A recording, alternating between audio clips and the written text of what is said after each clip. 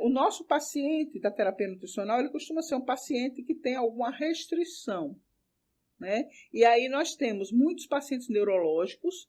Com o envelhecimento da população, as doenças neurológicas, elas vêm num crescente, principalmente aquelas doenças neurodegenerativas, e aí nós temos um grande problema de alteração de deglutição e, consequentemente, risco de broncoaspiração e a necessidade de alimentação via sonda, né?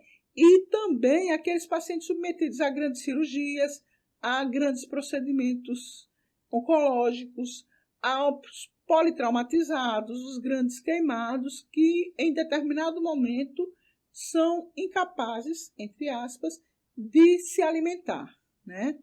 Então, muito importante com relação a essa anamnese é que ela pode ser feita com o próprio paciente, mas muitas vezes ela é feita com acompanhante. E quando o paciente está na terapia intensiva, às vezes a gente faz a anamnese com o técnico de enfermagem que está cuidando do paciente. Tá? O que é que a gente aborda, né? Se eu posso conversar com o paciente, sempre é a primeira escolha. Nós precisamos nos dirigir ao paciente, né? A gente começa a mudar um pouco o foco no paciente neurológico, de sempre perguntar as coisas para o acompanhante.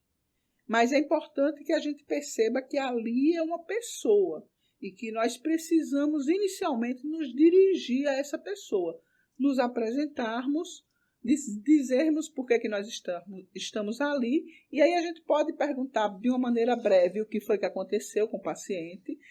Detalhe, muitas vezes a gente já conhece esse paciente de outras internações anteriores, né? Se ele deglutia, se ele conseguia se alimentar bem, sem necessidade de auxílio, ou se ele fazia, por exemplo, uso de suplemento em casa, ou se ele já usava a sonda em casa, ou uma ostomia, se ele engasga, se ele já teve algum episódio de broncoaspiração, ou se ele teve infecções respiratórias de repetição, e também se ele perdeu peso. Tá? É muito importante que a gente veja a perda de peso, que a gente questione a perda de peso, detalhe, não voluntária. Ou seja, se eu fiz uma dieta e perdi 10 quilos, é um tipo de perda de peso, é uma perda de peso programada por mim. Mas se eu não sei por quê, ou porque não consigo comer, ou porque tenho algum problema, eu perdi 10 quilos, isso representa um quadro que necessita ser investigado. Né?